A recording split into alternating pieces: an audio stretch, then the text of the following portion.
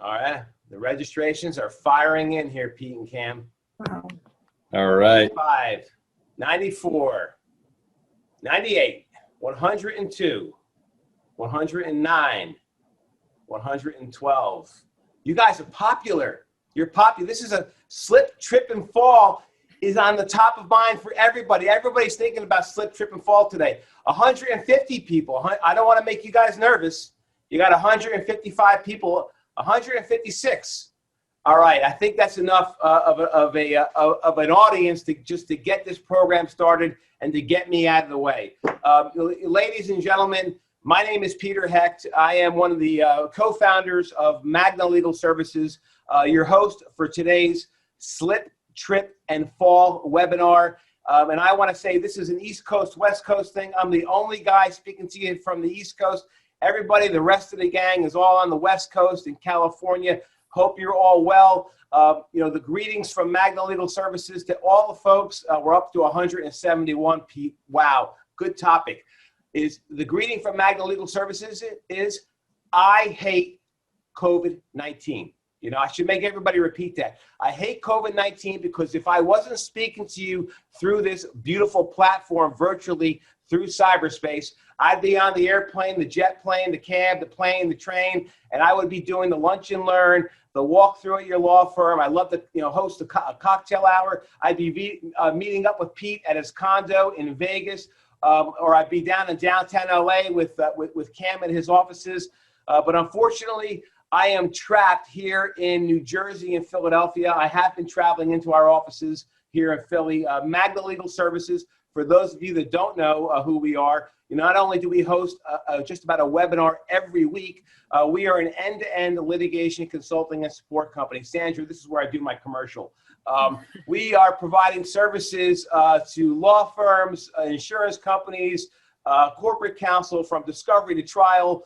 So from court reporting, medical record retrieval services, language services, every virtual service that you could think of to continue your practice through this pandemic is available. And we have a pandemic special. That's right. Not South Park's pandemic special. The Magna Pandemic Special is our virtual deposition platform is free of charge until we get through this mess. So you don't have to worry about paying any extra fees to host your depositions virtually. It looks just like this. And there's just no charge. Then as you head to trial, we have all kinds of mock trial and jury research tools. We are an ALM award-winning visual communications company. And when you think jury research, you're thinking, hey, we can't do jury research.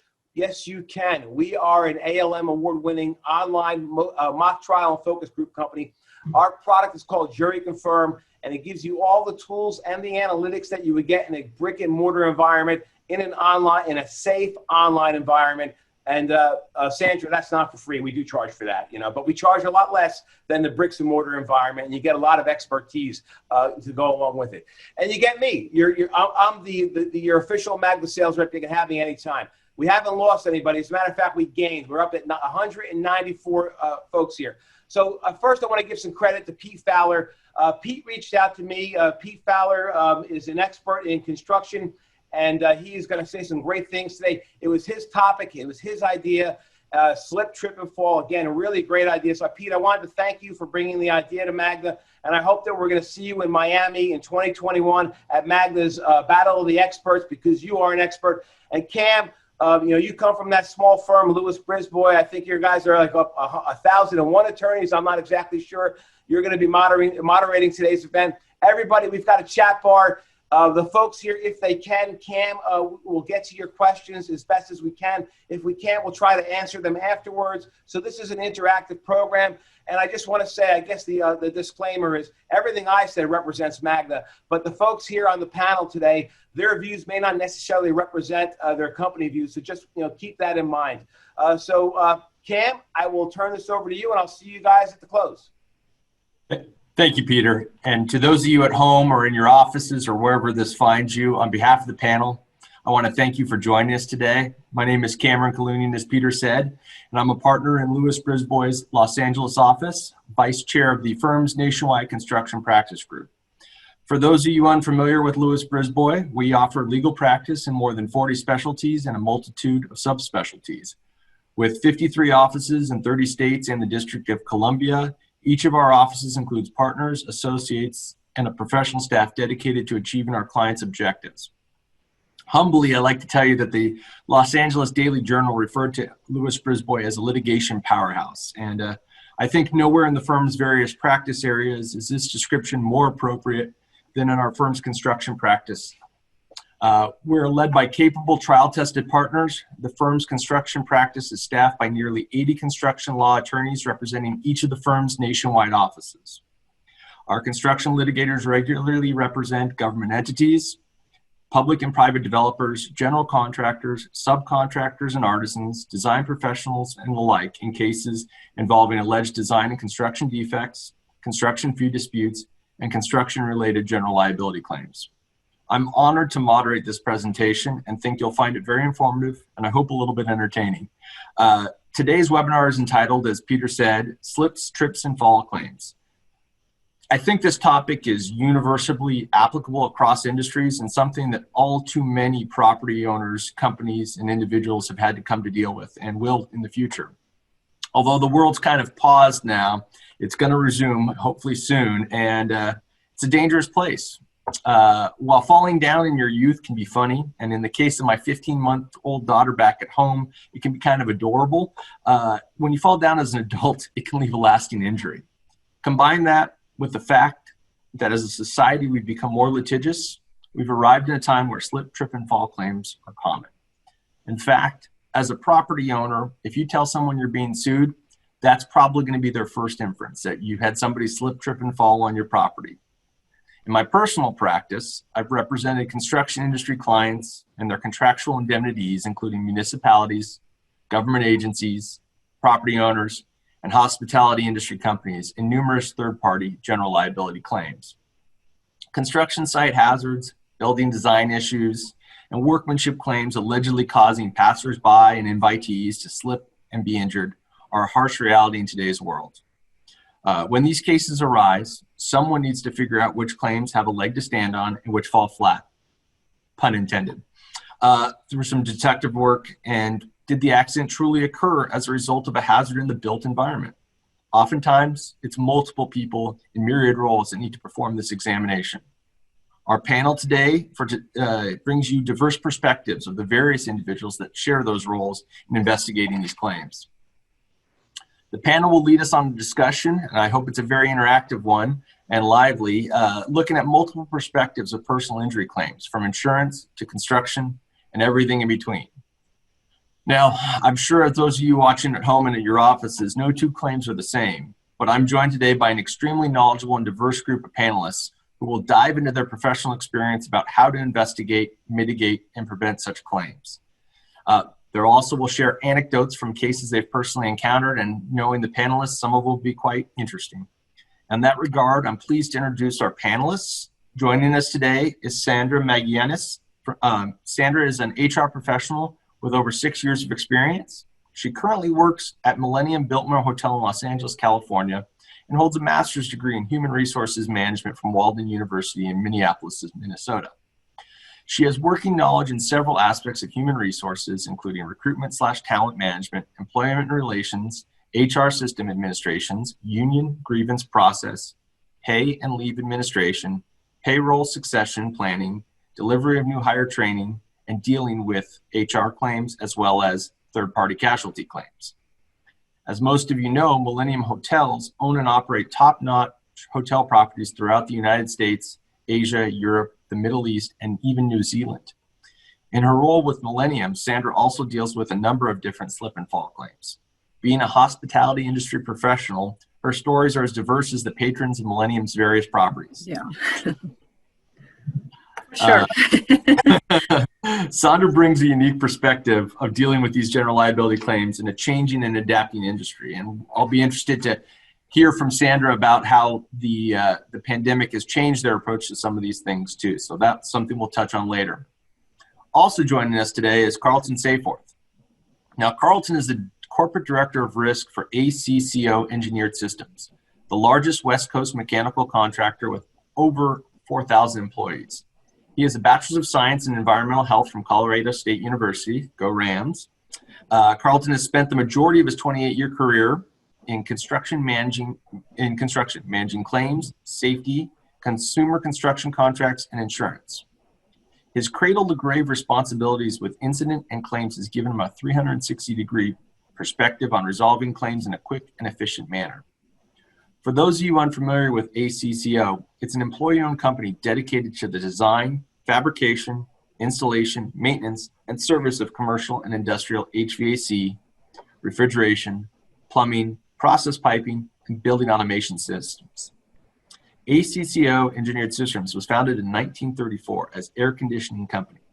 I found this point really interesting because the former name of the company was allegedly chosen to indicate what the company did, because back in 1934, few people knew what air conditioning was. So this is an industry leader that's been serving us for over almost a century, and has expanded its leadership role in the design, installation, and service of industrial, commercial, high-rise, residential, and institutional, HVAC, plumbing, and the like.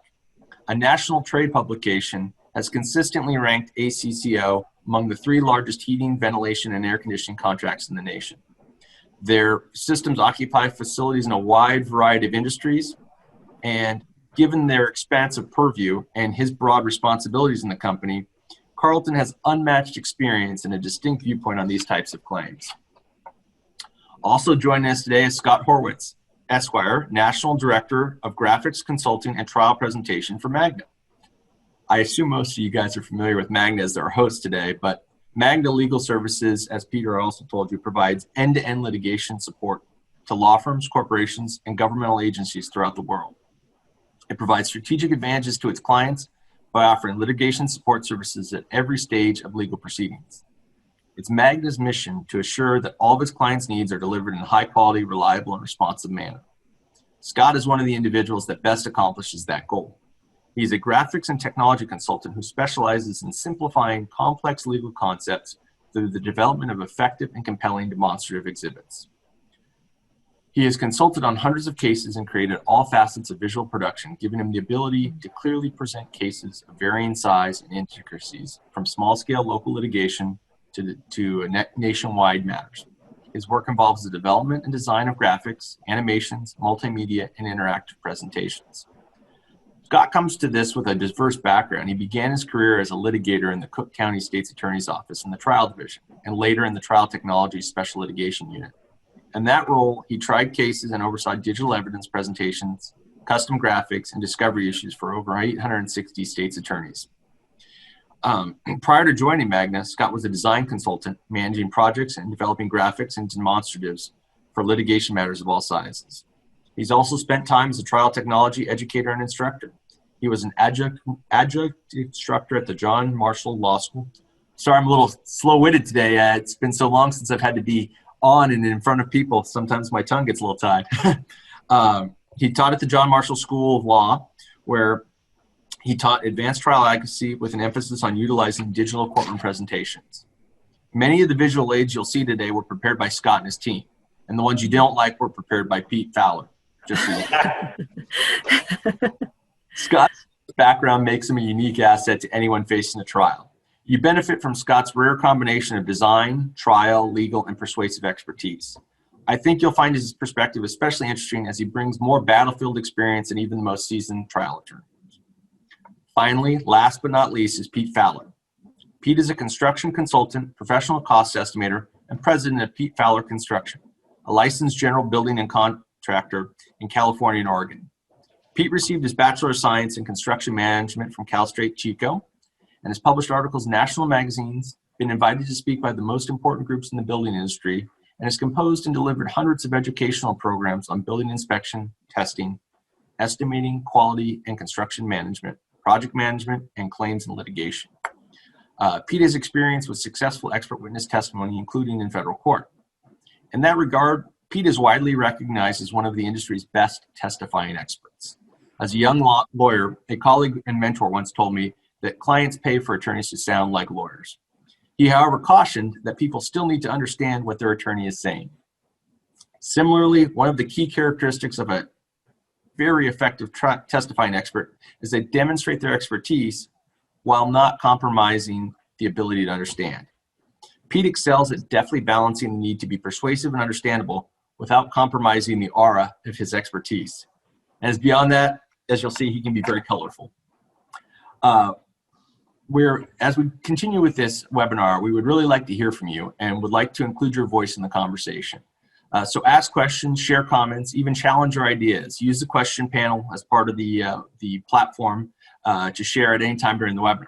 Although we've set aside some time to answer questions at the end, your real-time feedback ensures that this webinar is of the most use to you and is the most entertaining. And now to begin, I'd like to start by throwing it to Pete to talk a little bit about what a slip, trip, and fall is and explore it from his broad perspective.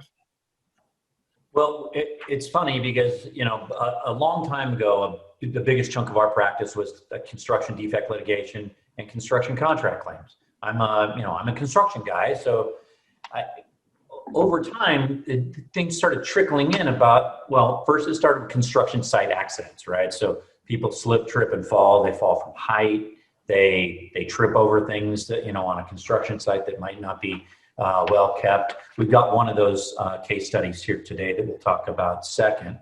But and then we actually did a webinar. The underlying one from this webinar was a slip, trip, and fall webinar, and we got an absolute tidal wave of just traditional general liability claims. So it's become almost half of our practice is now general liability claims, most of which are slip, trip, and fall claims. So whether it's somebody that falls on the sidewalk or in a parking lot or inside a building, outside a building, it's anything you can think of that's wacky, and then more things we end up testifying about. It's it's fun and interesting, but it's very strange. So Scott, do you want to show, because Cameron, I think we should, I should just tell you this case study, and Scott can show you the graphics that he made based on this case that we testified in a trial on. And his graphic was so good, it makes mine look silly. I think that's a great idea. Let's go ahead and throw that up there. Yeah, absolutely, no problem. And one thing that we always kind of say is, especially on our side, what I love about my job is coming into the cases at the most interesting time. You know, we're ready to litigate, so we're ready to really tell our story, roll up our sleeves, and I get to hear from our clients what their biggest problems are, and then we get to problem solve. And when I get to work with awesome experts, like people like this panel, it really makes the graphics sing. You know, because what we always say is that we're not trying to take the spotlight from the experts or from the attorneys, the presenters. Our job is almost to supplement, to be illustrative of what your expert testimony is or what your presentation is. So by kind of keeping the spotlight firmly fixed on you as the expert or you as the attorney, as opposed to on the graphics really help you tell your story. And that's really what we're all about. Let me throw up the first slide now. So I'm going to... And let me, before you move on from that, so Cameron gave some very smart comments about this being able to communicate the technical information to non-technical people. That's our hardest job from an expert perspective. I literally could show you the picture because I keep it on my desktop at all times, a picture of my mother when she was 48 years old and got her high school equivalency. She's a very smart woman, ran her own business, but she didn't finish high school until she was 48 years old. My daughter and I went to her high school graduation ceremony, and I put her picture in files all the time. I'm like, my mother would not understand what you're saying. Explain it to my mom. We literally have a training page called Explain It to Pete's Mom. She's a smart person, but she has no technical background, and she could be on this jury. So it's like, it's very, if you don't take anything away from this other than be able to explain it to Pete's mom, I'll send you the picture. I love that too, because that's exactly right. You know, sometimes I hear like, explain it to me like I'm in 5th grade, but I think I'm gonna hold on to explain it like it's Pete's mom for the next one. Let me throw up my screen here. So I just shared my PowerPoint. Everybody should be able to see it. It's just an intro slide right now. If everybody can see it, I'm gonna go ahead and Pete, I'm gonna tee up the first kind of the fact patterns for us here. Yeah, so here, I'll just tell you, if the project was a single family residence rented by an owner to a tenant who allegedly tripped over the door threshold walking from the house into the garage, the tenant sustained injuries to her leg and ankle and foot, and the property owner and manager were sued based on the tenant's attorney and expert allegations that it was an egress door and that the threshold was improper, that it was installed incorrectly, and that it had been not properly maintained. So we were hired to evaluate the complaints and offer opinions. And as you can imagine, most of my clients by volume are insurance companies and defense lawyers.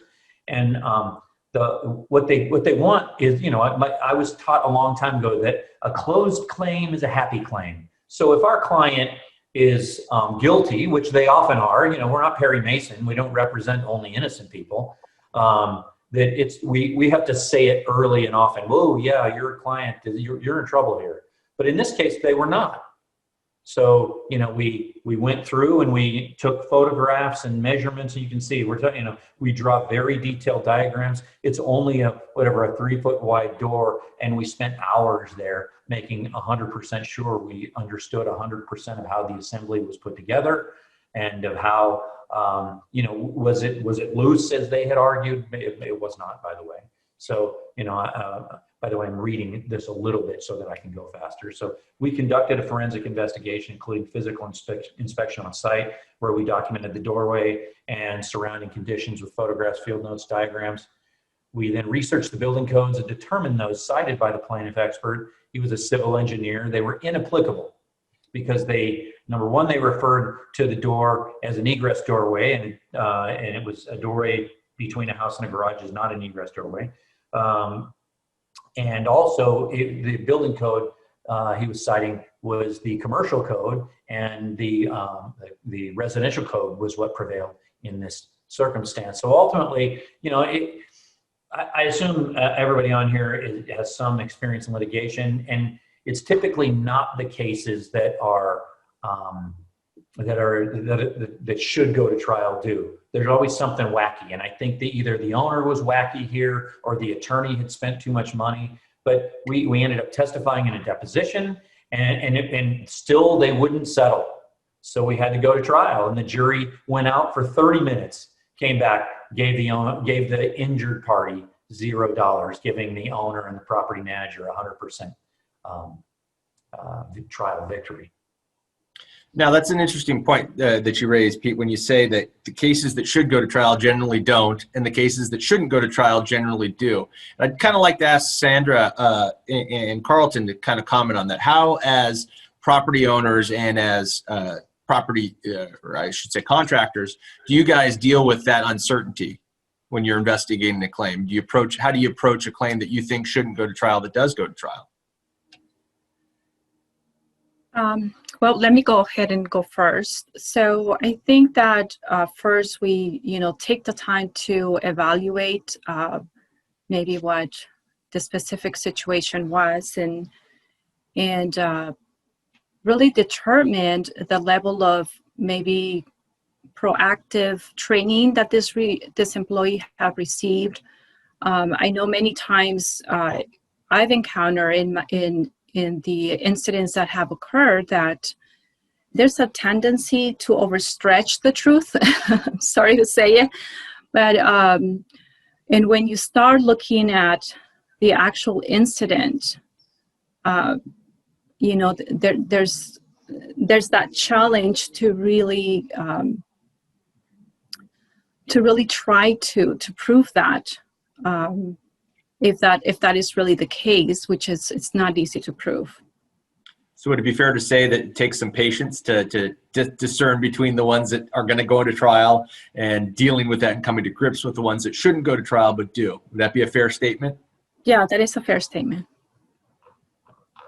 As far as when we look at when we're trying to assess whether something should go to trial or not, what I thought that Pete just brought was really interesting. They were using a commercial code rather than a residential code for this entryway, and I think it's important, use your experts to educate the plaintiff's attorneys, prior to going to court as well, so that you can hopefully avoid the cost of that litigation and put yourself in a situation where a bunch of strangers are dictating your fate and dictating what you're going to pay out, rather than trying to mediate it out in an environment where hopefully you get something that's never comfortable, but it's not can be as costly maybe as the litigation. So that's how we really look at it that way. Fortunately, we were able to mediate most of our cases, but when we do go to trial, it's because of just a failure to make the other side, see our point. And I think that's why it's important to bring the expert in early and to get their reports in front of the plaintiffs. So if I could say, Carlton, I think that point is spot on. I think that every consultant that I have, our highest and best use is to really figure out the situation. And obviously, if we have liability, we don't even want to go to the meeting, right? We want to tell you, and you guys say, well, my expert says it's nothing. Let's settle, right? But when we have a big disparity, like on Monday night, I went to a meeting where they say it's $3 million and I say it's 178,000, right? I mean, it's a big difference. And so to come in, and it's very early in the case. So to go, yeah, you guys might not want to spend, whatever it's going to take to do a whole polished $3 million thing, because we're not going to do it. We're smart people and we thought about it. And you should reevaluate your case. Don't just, because they get their own self-talk inside of the office. They're like, yeah, we're going to kick butt here. And then we come in, we can sometimes, we're not always successful at it, but sometimes we can lower their expectations so dramatically that it becomes a settlable matter. I was going to say, I thought you hit the nail on the head there too, because when you are ready to litigate, and so maybe when you're ready to talking to a graphics consultant, I always feel like it's my job to get your side of the story out there plain and clean and clear. And because why would you litigate, if you didn't think, you had something that you could win or something you could at least litigate. So when we're talking about just getting your story out there and getting your side, if we can lay it out there plain and simply and clearly, then I think we're going to win our case. I've always sort of felt that way. And I think, you just said it.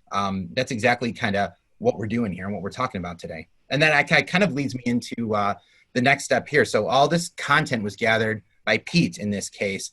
And, ahead of this webinar, we kind of put our heads together and we talked about, what is our story here? What are we really trying to sell? And what do we want to make sure that a jury in this case would clearly understand what this case is all about? So we kind of, Pete's photos from the last slide and Pete's diagrams that you're seeing here, we kind of put all that together and kind of turn it into this story about the egress. So starting off, really, we kind of have like a nice simple diagram here just to kind of make it clear. Like you said, Pete, I think your mom would know sort of right off the bat where we're headed with this. Yep. And so not only do we have the diagram, but then we're going to kind of make it black and white, and we're going to highlight just what we want everyone to focus on. And then we're going to throw in what the language is going to be. But instead of kind of just throwing up documents on the screen or not throwing up documents and just sort of talking out loud about what the emergency egress doorway code states, we put it up there with a visual because that really cements it in our head. It almost like turns a key in our head. When you see and you hear something at the same time, it becomes much more memorable. And so then we're going to kind of compare that to the interior language. And again, we're going to tee it up the exact same way. And then we're going to show it off here. So really, we're already kind of taking Pete's opinion and we're illustrating it. We're putting it side by side. But this isn't the kind of thing where this isn't a tutorial. It's not with a voiceover narration. This is something that Pete can talk to and maybe could talk to for hours if he needed to on the stand about sort of, what the differences are with a nice visual to really help cement it in the minds of his audience. Yeah, and sure, I've read over and over about the science of teaching and learning and communicating. And I learn by writing and by listening and by reading. And so my capacity to communicate in that way is powerful, but I'm not as good at translating what I say into graphics. And I think you guys did a great job here in a short time. I never would have come up with something that elegant. Great work. So awesome. Thank you so much. And then, we kind of we turn it into, so this is all running out of PowerPoint, but we try to make sure our PowerPoints don't look like PowerPoint, right? Like titles and bullets, but more graphics. And again, something that's going to enhance your story. So this build should really walk through exactly what you want to say here. So then after we kind of put up the big Ghostbusters no sign, we jump right back into the law here so that you can really talk about the exceptions before you move on. Make sure you hit everything that you really wanted to say. It's hard to communicate the building code, which is just a book of laws, to non-technical people. So this is the very best way you can do it. I really, we try to do it this way. It's just not as pretty. Now, Pete, to get to this point, though, can you kind of talk a little bit about the major elements of an investigation? I mean, what we're looking at here is what we're going to present, what you as an expert and the attorney are going to present at trial, or maybe even at mediation, to try and persuade the other side to become reasonable. But we don't just get here overnight, do we? There's a lot of legwork involved. No, and so you guys know, Cameron and I are on this together because I've worked for him a bunch of times. And so we've known each other for a lot of years. But so, and as we've grown, when it was just me in my home office doing this work myself, I didn't have to have a bunch of systems and processes, but we've got like 50 people running around now all over the country. And so we've become very process oriented. So like this poster hangs in every office, but since nobody's in the office anymore, we had to have them laminated and sent home. So we have a process where we collect all of the information that's available to us. And sometimes that even means taking out of our electronic library and putting the applicable building code into the file. We create a written plan for what we're going to do. We make a list of all of the allegations or the issues, we call it the issues list. And then we go forward and conduct an investigation, which I literally, on our website, we have a list of Sherlock Holmes quotes, like, don't draw conclusions before you have all the facts and all these things. And then, we come back into our office and we do detailed analysis. And when we're ready, we draw conclusions, just like we're doing a science experiment. We have a working hypothesis that we say, okay, so we, whether we initially assume that the other side, we're the plaintiff sometimes, but lots of our work is on the defense side. I think all of our work with Cameron is on the defense side, if I recall correctly. So the plaintiffs make some allegations and we simply respond to them. We agree with this or we disagree. We agree or we disagree. And then we test that hypothesis. Is this right or wrong? We have arguments with each other inside our office. And then we make a presentation. And sometimes that presentation is just by mouth on the telephone. Sometimes that the other end of that spectrum is a really fancy presentation like this that somebody else helps us with the graphics of. Usually it's somewhere in between, and it gets more sophisticated as it goes toward trial. The first presentation is by mouth on the telephone. The final one is in a trial, and in between there it's less and less and less sophistication. And Carlton, as the client, and I'll pose this to you as well, Sandra, as the client, how do you like that investigation to proceed? What is your preferred methodology for your counsel and the experts to kind of cue it up to make it easiest on you guys? I think it's critical to you want to. I look at balancing the cost of the investigation and how thorough you need to go, and basically what the damages, the demands are going to be. If you're talking 7 figures and all, you want to get as much detail as possible. If you're dealing with something that's 5 figures, obviously you're going to want to keep like site visits and things like that to a minimum. But I think if there's any potential things to go to court and the people are not being reasonable, you're really going to have to, you're making the investment already to defend yourself. You're going to have to make sure you get all the facts, the details. And it's important because the attorneys aren't experts in everything they're litigating in. And so you need to get those experts to even bone up your own attorneys to make sure that they're able to, properly communicate and defend you with the mediator or in court. So the right tool for the right project. Yes. Would you agree with that, Sandra? Yeah, I'm in agreement. Yeah, when we do a project plan, we do usually like 5 levels. Like level 1, we might spend somewhere between 5 and 20 hours. And level 5 is we've gone to trial, we've created the graphics, we've prepared for testimony, we've analyzed the testimony of others. So, and we don't move from one phase to the next without explicit permission. So in that regard, Pete, can you tell us a little bit about how you'll tailor a project to a more moderate exposure case as far as like on-site investigation and things like that? Well, so what I forgot to say when Carlton mentioned about convincing the other side of the propriety of our argument compared to theirs, I would say that the wide use of meetings like this, where we're over Zoom, is going in the future to I think it's here to stay, because I think it makes meetings so much less expensive. If I don't have to get in the car and drive to Los Angeles, I mean, I'm only in Carlsbad, I'm in San Diego, North County, San Diego, and still it's an all-day endeavor to have a 20-minute meeting if I got to go back and forth. And this is so much more cost-effective. It's really, I'd much rather spend time analyzing things and creating more thoughtful work and combing over the language over and over so that I can communicate it to my mom, rather than sitting in the car going to a physical meeting. So that's one thing.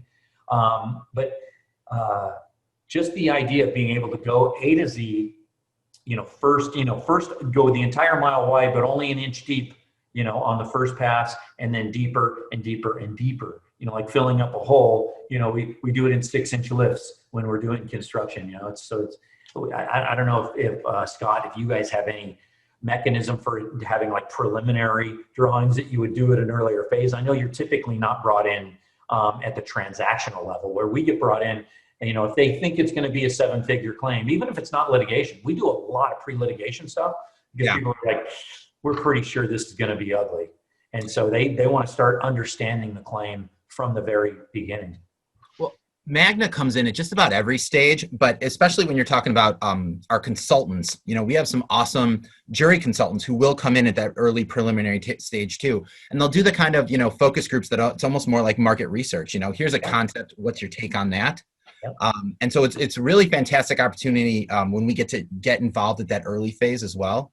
Another phase where my team, where we get to become involved, we're actually getting more and more involved in dispositive motion practice now. So expert-driven graphics. So Pete, if let's say there was, like a motion for summary judgment, or there was briefing going on that was based on your opinions, we might make, graphics and diagrams that are still illustrative of your opinions, but they're static. They get inserted into the briefs. And we're doing, that's a huge sort of part of our consulting practice now. And it's really kind of an interesting part because our audience is not juries at that time, and so it's a much more sophisticated style of graphic, much more simple, kind of clean graphic. But those are my favorite types of graphics. Those are the types that really tell stories.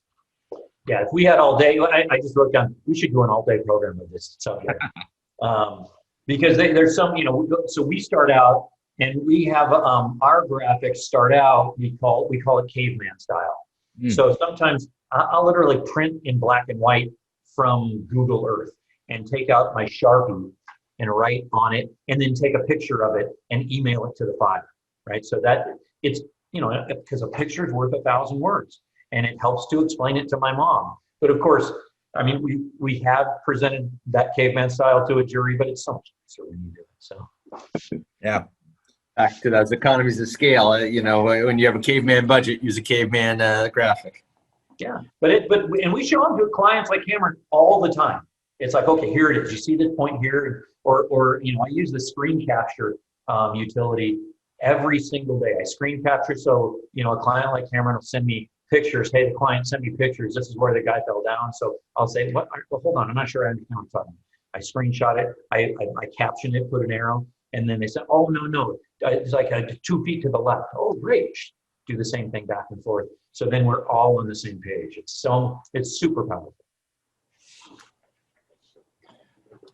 So Pete, why don't we get back to that case study you were approaching, so we can get a little bit more in depth as to how people can trace the chronology of an investigation. So this was the final slide, right, Scott? So we've just got the one more sort of bit here. So after we talk about the exception, we get into sort of it was 8 inches or was it 6 inches? And that's sort of, it seemed like just sort of the nice little gut punch. And I always love it when we get to end presentations with that nice little gut punch, or, the twist the knife kind of deal. Right. This really hammers your point home, right? And don't get me started on these exceptions here, right? That kind of thing. Right. Yeah. And it's like that's it. It should be obvious to everyone, we are right and they are wrong, right? Exactly. And we presented this at deposition, so they should have known, right? They shouldn't have had to go to trial to do this. You know, some people just, whatever, they take dumb cases to trial. Yeah, and this is what I was saying. You know, if you can get your side, your story out there, just clean, plain, and if everyone can kind of wrap their brain around it, then you've won your case. And that's I've always sort of felt that way, especially about complex cases, because you hear slip and fall, and you don't automatically go to complex, but they're more oftentimes than not, they're very complex. Yeah, so some projects that we work on, you know, we do delay claims. So the timeline and what happened when is absolutely critically important. Some other projects, the timeline is almost meaningless. It just doesn't matter. Like a construction defect case, sometimes the timeline just doesn't matter. But in a slip, trip, and fall case, oftentimes, you know, the timeline over the course of 10 seconds or 1 minute, and what all of the different people, the witnesses, have said about that circumstance, and being able to present it graphically, either in a timeline chart, like a timeline of events chart, where we put it in something like Excel, or you have the pictures next to it with the language from the deposition of all the other people. It gets to be, it makes the case. Yeah. Especially when people are saying different things to different people at different times. Well, yeah. And in that regard, Pete, you know, can you talk a little bit about the different types of slip, trip, and falls that you've encountered? Yeah. So obviously this fall inside a home that had been rented is different than a construction site accident. So our next case study is there's the our big conclusion. Oh, it's great. This is I love how you did that, by the way. If you go, I mean, it's like boom. Here it is, the final conclusions. You know, it's the old presentation adage about first you tell them what you're going to tell them, and then you tell them, and then you told them what you told them. Yeah. You know, you tell them what you told them. So there it is right there. We actually have a definition for our stuff that we say.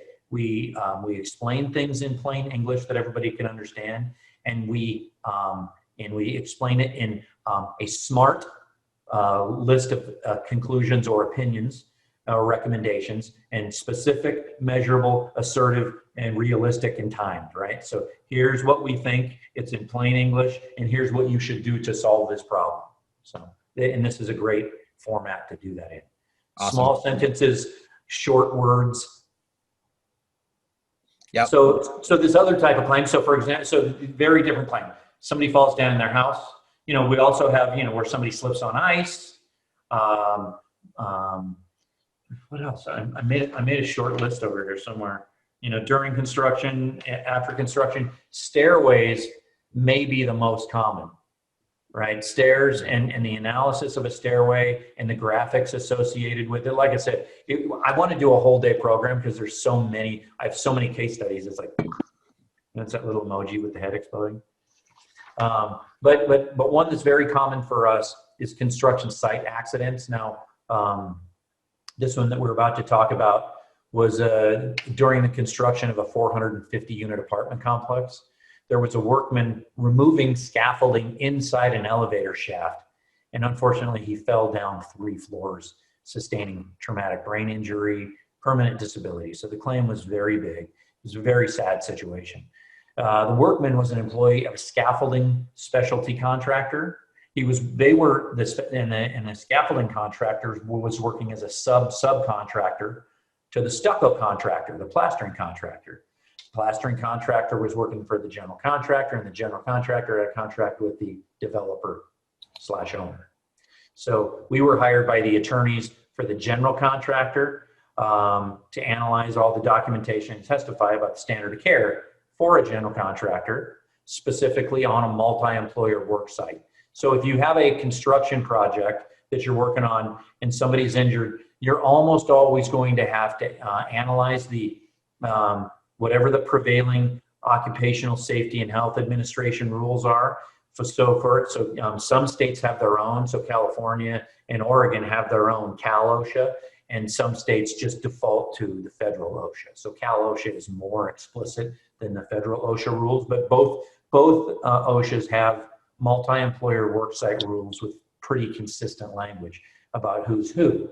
So in this project, we analyzed the site incident using contemporary written documentation as well as testimony from numerous witnesses. We analyzed the contract documents, the applicable standards for safety on a multi-employer construction site. So multi-employer work sites, almost by definition, construction is a multi-employer work site. It doesn't, the rules for multi-employer work site and safety don't pertain only to construction, but they almost always pertain to construction. So we composed a report that had a response to each of the allegations in the complaint, and that was 5 top-level conclusions that were then backed by 5 to 20 supporting points under each of those top-level points. So it's like, here's point number 1, and the supporting points, A, B, C, D, E, F, G.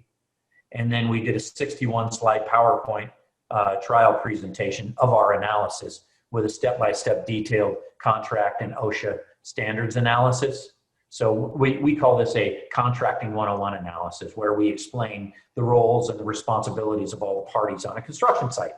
And so that's done by reading and understanding, the contract between the developer and the general contractor, and then the subcontract between the general contractor and the plastering contractor, and then the subcontract between the plastering contractor and the scaffolding contractor, and then looking into the safety programs of all of the entities, right? I mean, so we're talking about thousands of pages of documentation into this one analysis, right?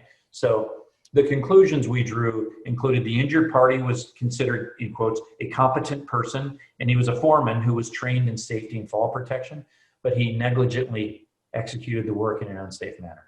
I mean, it's very sad. I mean, so you hate to blame the person who's injured, but it was entirely his fault. The injured party's supervisor negligently directed him to proceed with that unsafe work.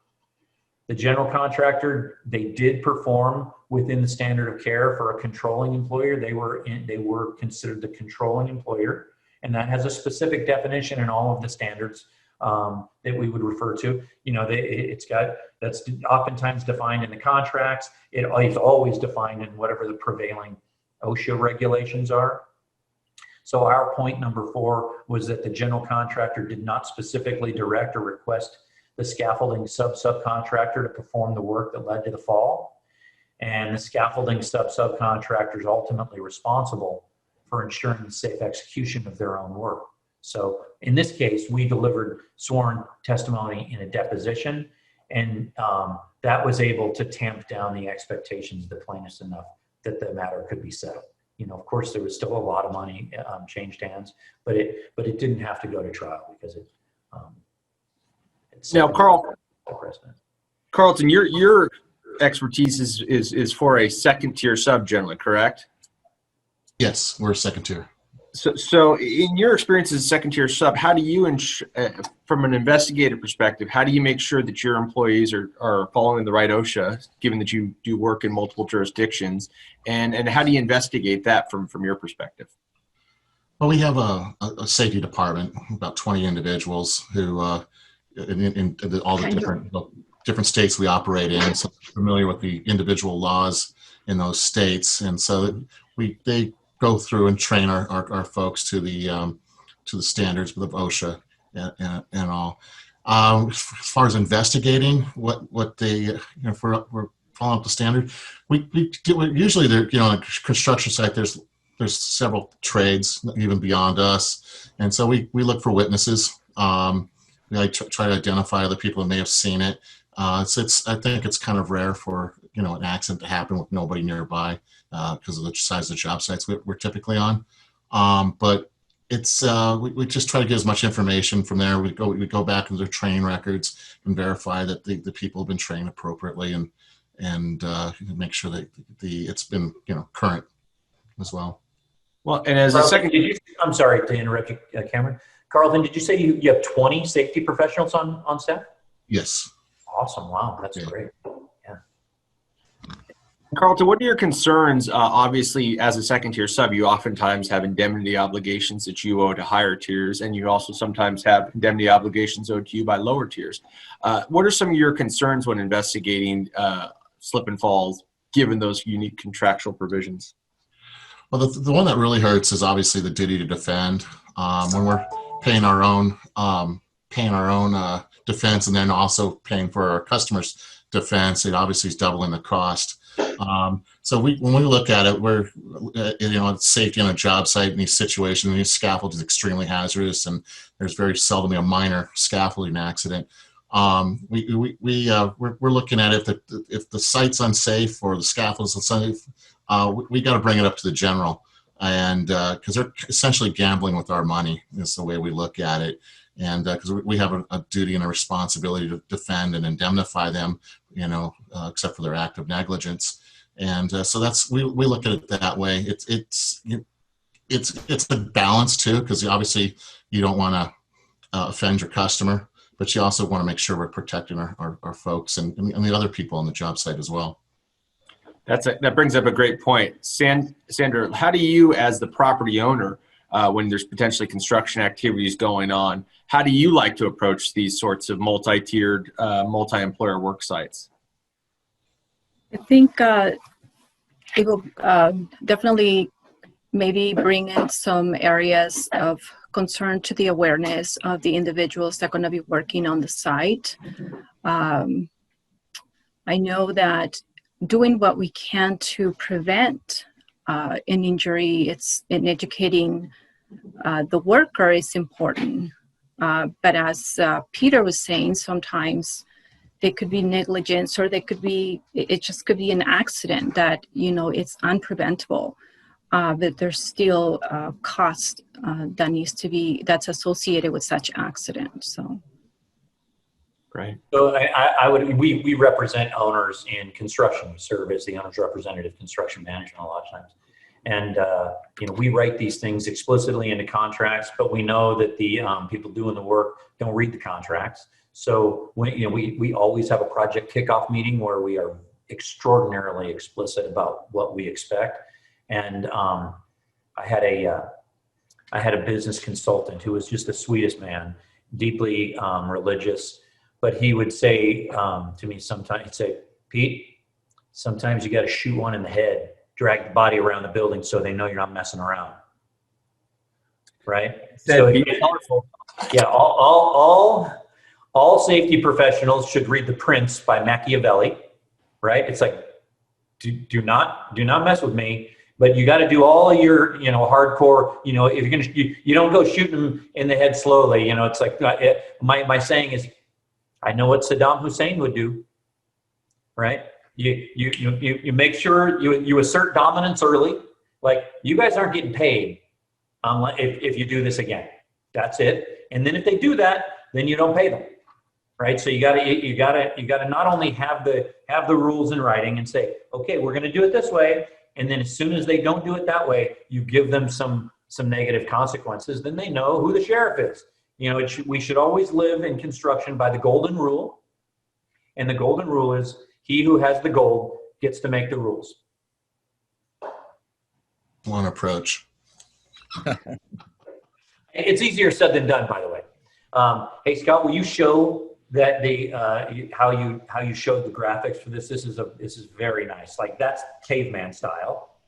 Yeah, so, after, again, kind of collaborating with Pete and kind of learning about the story and learning here that, the parties in the relationships and the way they interact with each other and the way the contract defines those relationships, once we kind of learned that, what we decided to do was really tell that story, in a way that would really help make sense and basically categorize all the various different parties and relationships. So again, kind of using visuals that are right away going to draw your eye, but also communicate who exactly we're talking about here. We're going to kind of sort of walk through the key parties here that are the parties of the relationship. And once we've kind of given Pete an opportunity to talk to each one of these and who they are and how they're represented in the contract and how they work together, that's when we kind of start providing a little bit more context and a little bit more breakdown. So here again, we're just using some color coding and now we're categorizing and we're really creating some delineation from the parties on the left, between the parties on the left and the parties on the right. And some separation, which is really what we're going for here. So now we're going to start identifying what the law is. And again, this is given to us right by Pete. So all we're doing here is making sure the spotlight stays on him, and we're providing something that would be illustrative of his testimony, something memorable about what he's trying to communicate. And that's where we get to controlling employer, what's the law, instead of just kind of reading it out loud. If you introduce who all the parties are, now you fade some parties out, and then you start talking about the law, you're kind of doing a lot of the legwork for your audience here, so they really understand who is who and what law applies to whom. So let me continue on with the build. So from here, we're going to go all the way to the right now and talk about the real key difference here, the exposing employer, and what the law is about that. And here, here's like sort of the critical distinction that Pete's trying to make.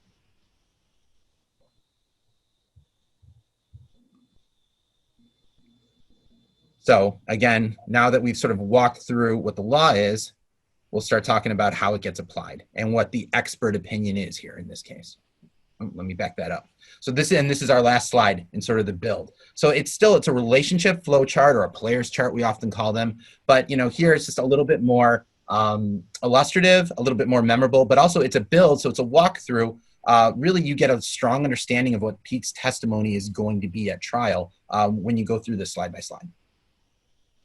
It's really well done. That we have a standard way we do it where we call it contracting 101 analysis that starts with a generic roles and responsibilities chart, and then we compare and contrast that. But boy, that's that made it so simple and so easy to understand.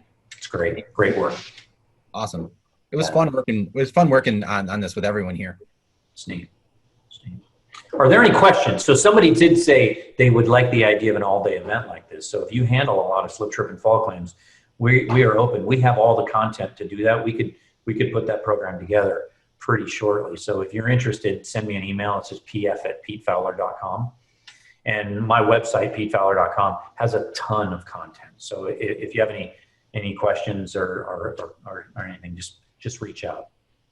Yeah, Pete, I was on your website. It's, I love my website, and I really love your website. So for everybody here, you should definitely be hitting his website. You all were fantastic. Sandra, thank you so much. Carlton, thank you. Cam, great moderating. Pete, I mean, you're, Pete, creative Fowler. You got great creative ideas. Slip, trip, and fall. But let's not forget the Lone Star from Magna Legal Services, Scott Horwitz. I'll be sending you a little follow-up email with my contact information, Scott's contact information, Pete's contact info, and Cam's. We wish you well, and the folks at Magna Legal Services want you to know, hire us early and often, and we hate COVID-19. Thank you, everybody. Thanks, Peter.